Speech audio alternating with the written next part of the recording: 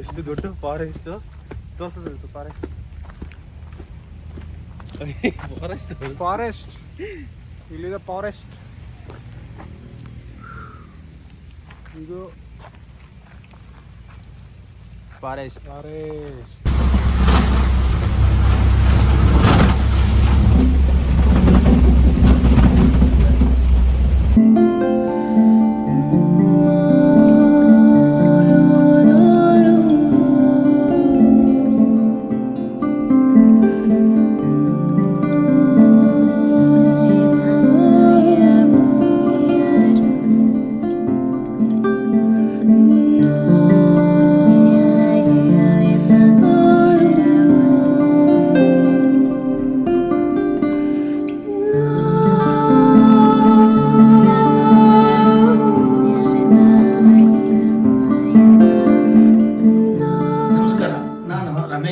ತೋಟ.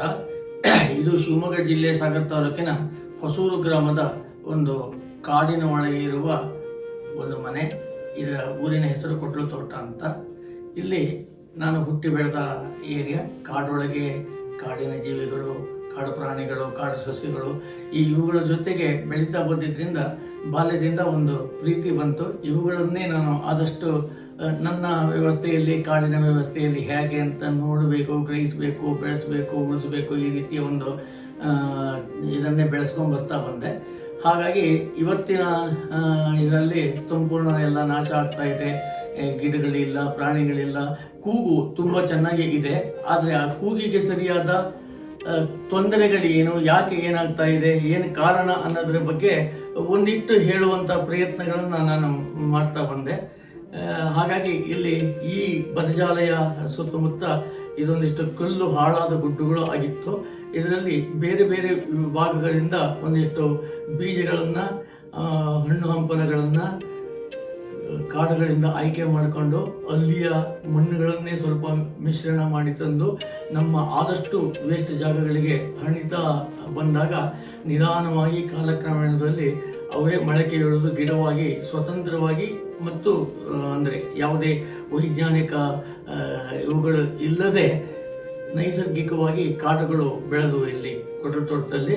ಹಾಗೆಯೇ ತುಂಬ ಚೆಂದ ಕಾಡು ಬೆಳೆದಿದ್ದರಿಂದ, ಮಳೆಯೂ ಚೆಂದಾಗಿ ಆಗ್ತಾ ಇರೋದ್ರಿಂದ ಈ ಪ್ರದೇಶದಲ್ಲಿ ಜೀವಿಗಳು ಕೂಡ ತುಂಬ ಉತ್ತಮವಾಗಿ ಬೆಳೆದವು. ಇವತ್ತಿನ ಸ್ಥಿತಿಯಲ್ಲಿ ಏನಾಗಿದೆ ಅಂತಂದರೆ ನಮ್ಮ ಮನುಷ್ಯನ ಆಸೆ ಆಕಾಂಕ್ಷೆಗಳು, ಬದುಕು ಮತ್ತು ಮನುಷ್ಯನೊಬ್ಬನೇ ಬದುಕ್ತಾ ಇರುವುದು ಎಲ್ಲವೂ ಮನುಷ್ಯನಿಗಾಗಿ ಅನ್ನುವ ಒಂದು ಭಾವನೆಯಲ್ಲಿಯೇ ನಾವು ಬದುಕ್ತಾ ಇರುವುದರಿಂದ ಇತರೆ ಜೀವಿಗಳ ಬಗ್ಗೆ ಅಥವಾ ಅದರ ಅವಶ್ಯಕತೆಗಳ ಬಗ್ಗೆ ಅಥವಾ ಅವರಿಂದ ನಾವು ಲಾಭ ಪಡಿತಾ ಇದ್ದೀವಿ, ಆದರೆ ನಾವು ಅವಕ್ಕೇನೂ ಕೊಡ್ತಾ ಇಲ್ಲ, ಅವು ನಾಶ ಆದರೆ ನಾವು ನಾಶ ಆಗಿಬಿಡ್ತೀವಿ ಅನ್ನುವ ಕಲ್ಪನೆ ಇಲ್ಲದೆ ಅತಿಯಾದ ದುರ್ಬಳಕೆಯನ್ನು ಮಾಡ್ತಾ ಹೋಗ್ತಾ ಇರೋದು. ಅವುಗಳ ಮೇಲೆ ನಮ್ಮ ತಪ್ಪುಗಳನ್ನ ಹೇರ್ತಾವೆ. ಈಗ ನಾವು ಬಿಡಿ, ನಮ್ಮ ಬದುಕಿಗೆ ನಾವೇನೋ ಮಾಡ್ಕೊಂಡ್ವಿ, ಅಕಸ್ಮಾತ್ ತಪ್ಪಾಗಿ ನಮಗೇನಾದರೂ ಅನಾಹುತ ಆದರೆ ನಾವು ಜವಾಬ್ದಾರರು ಹೋಗಿರ್ತೀವಿ. ಆದರೆ ಜೀವ ಜಗತ್ತು ಹಾಗಲ್ಲ. ಅವು ನಮ್ಮನ್ನು ಅವಲಂಬಿಸಿದವ ಕೇಳಿದರೆ ಅವಲಂಬಿಸಿಲ್ಲ. ಅವನ್ನ ಮನುಷ್ಯ ಇದ್ದಿದ್ದಕ್ಕಾಗಿ ಅವು ಬದುಕಿದ್ದಾವೆ. ಮನುಷ್ಯ ಏನೋ ಮಾಡಿದ್ದಕ್ಕಾಗಿ ನಾ ಬದುಕ್ತಾ ಇದ್ದೀನಿ. ಮನುಷ್ಯ ಆಹಾರ ಕೊಟ್ಟು ನಾ ತಿಂತಾ ಇದ್ದೇನೆ. ಅವು ಏನಾದ್ರು ರಕ್ಷಣೆ ಕೊಟ್ಟರೆ ನಾನು ಬದುಕಿದ್ದೀನಿ. ಈಗೇನೂ ಇಲ್ಲ ಪಾಪ. ಅವ್ರ ಪಾಡಿಗೆ ಅವ್ರದ್ದೇ ಆದ ಚಟುವಟಿಕೆ ಬೆಳೀತಾ ಇರುವಾಗ ಬಲಾತ್ಕಾರವಾಗಿ ನನ್ನ ಅಂದರೆ ಮನುಷ್ಯನ ಗೊಂದಲಗಳಿಂದ ಅವರ ವ್ಯವಸ್ಥೆ ಸಂಪೂರ್ಣ ಹಾಳಾಗ್ತಾ ಇದೆ. ಅವಕ್ಕೆ ಬದುಕಲಿಕ್ಕೆ ಆಗ್ತಾ ಇಲ್ಲ. ಅಥವಾ ಪಾಪ ಅವಕ್ಕೆ ಬುದ್ಧಿಯ ವ್ಯವಸ್ಥೆ ಸರಿಯಾಗಿ ಇಲ್ಲದೋದ್ರಿಂದ ನನಗೆ ಮನಸ್ಸಿನಿಂದ ತೊಂದರೆ ಆಗ್ತಾ ಇದೆ, ನಾನೇನಾದರೂ ಅವರಿಗೂ ಏನಾದರೂ ಮಾಡಬೇಕು ಅನ್ನೋ ಪ್ರತೀಕಾರ ಭಾವನೆಯು ಅವರಲ್ಲಿ ಇಲ್ಲದೆ ಹೋದ್ರಿಂದ ನಾವು ಬಚಾವಾಗಿದ್ದೀವಿ. ಹಾಗೇನಾದರೂ ಅವ್ರು ತಿರುಗಿ ಬಿಟ್ಟಿದ್ರೆ ಅವುಗಳ ಸಂಖ್ಯೆ ಎದುರು ಮನುಷ್ಯ ಬದುಕಲಾರನಾಗಿದ್ದ. ಆದರೆ ಅವಕ್ಕೆ ಆ ಜಾತಿ ದ್ವೇಷ ಅಸೂಯೆಗಳು ಕೂಡ ಅವರಲ್ಲಿ ಇಲ್ಲದೆ ಹೋದ್ರಿಂದ ನಾವೇನೋ ಒಂದು ಇವತ್ತು ಬಚಾವಾಗಿ ಬದುಕಿದ್ವಿ ಅಂತ ಹೇಳ್ಬೋದು.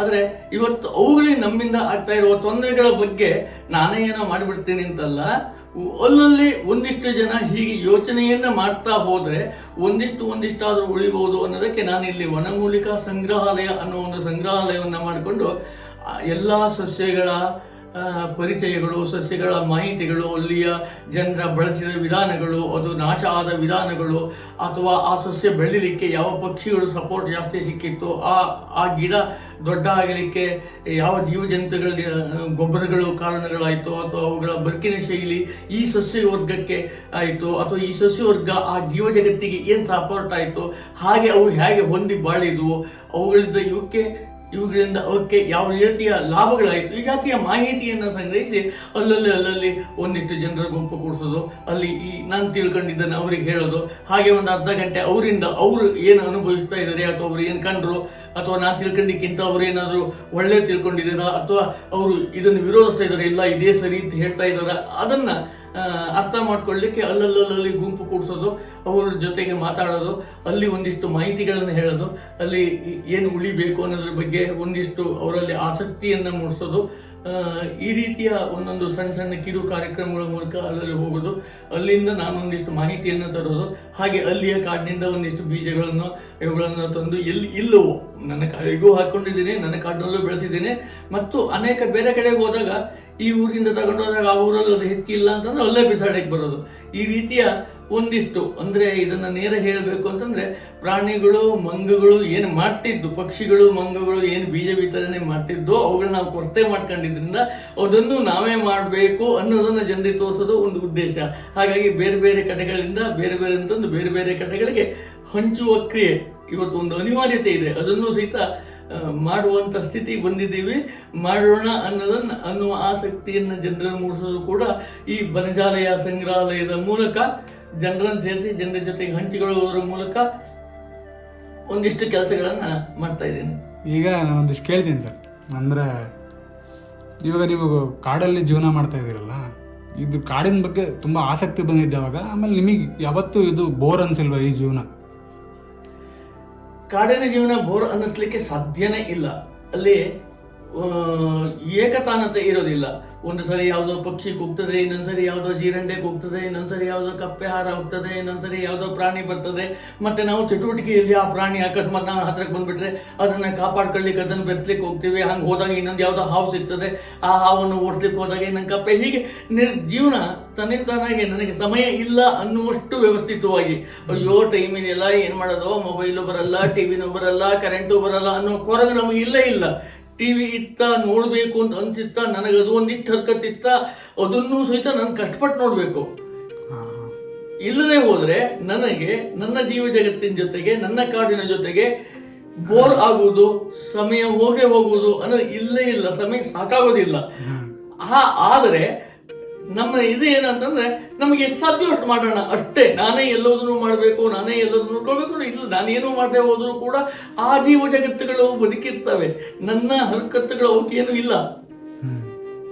ಆದ್ದರಿಂದ ನಾವೇನು ತೊಂದರೆ ಕೊಡೋದಿಲ್ಲ. ಹಾಗಾದ್ರಿಂದ ನಮಗೆ ಅಂತ ಈ ಸ್ಥಳದಲ್ಲಿ ಬದುಕಿಬಿಡುವಲ್ಲಪ್ಪ ಅನ್ನುವಂಥ ಯಾವುದೇ ಭಾವನೆ ಯಾವತ್ತೂ ಬರಲಿಲ್ಲ. ಓಕೆ, ಒಳ್ಳೆಯದು. ಈಗ ಈ ಕಾಡು ಪ್ರಾಣಿಗಳ ಮಧ್ಯೆ ಎಲ್ಲ ಕಾಡಲ್ಲಿ ಇರೋದ್ರಿಂದ, ಸೊ ಅದ್ರ ಯಾವ್ದಾರು ಎದುರಾದಂಥ ಸಂದರ್ಭಗಳೇನಾದ್ರು? ಸುಮಾರು ನನ್ನ 58 ವರ್ಷ ಬದುಕಿನಲ್ಲಿ ಕಾಡಿನ ಪ್ರಾಣಿಗಳಿಂದ, ಯಾವುದೋ ಒಂದು ಹಾವಳಿಯಿಂದ ನನಗೆ ತೊಂದರೆ ಆಯಿತು, ಅಪಾಯ ಆಯಿತು ಅನ್ನೋದು ಹೆಚ್ಚು ನಡೆದಿಲ್ಲ. ಅದಕ್ಕೆ ಕಾರಣಗಳು ಏನು ಅಂತಂದ್ರೆ, ನಾವು ಇಲ್ಲಿಯೇ ಹುಟ್ಟಿ ಬೆಳೆದಿದ್ರಿಂದ, ಇವೆಲ್ಲ ಇದಾವೆ ಅನ್ನೋ ಕಲ್ಪನೆ ನಮ್ಗೆ ಇದ್ದು ಬಿಟ್ಟಿದ್ರಿಂದ, ನಮ್ಮ ಚಲನವಲನಗಳನ್ನ, ನಮ್ಮ ಚಟುವಟಿಕೆಗಳನ್ನ ಅದಕ್ಕೆ ಸರಿಯಾಗಿ ಹೊಂದ್ಕೊಂಡೇ ಮಾಡೋದ್ರಿಂದ ಹೋಗಿ ಹಾವನ್ನು ಪಟಕ್ನ ಮೆಟ್ಟೋದಿಲ್ಲ. ಯಾವುದನ್ನು ಇದೆ ಅಂತ ಹೇಳಿ ಅಯ್ಯೋ ಬಂದ್ಬಿಡ್ತು ಅಂತ ಹೇಳ್ಕೊಂಡು ಹೋಗಿ ಹೊಡೆಯೋದಿಲ್ಲ.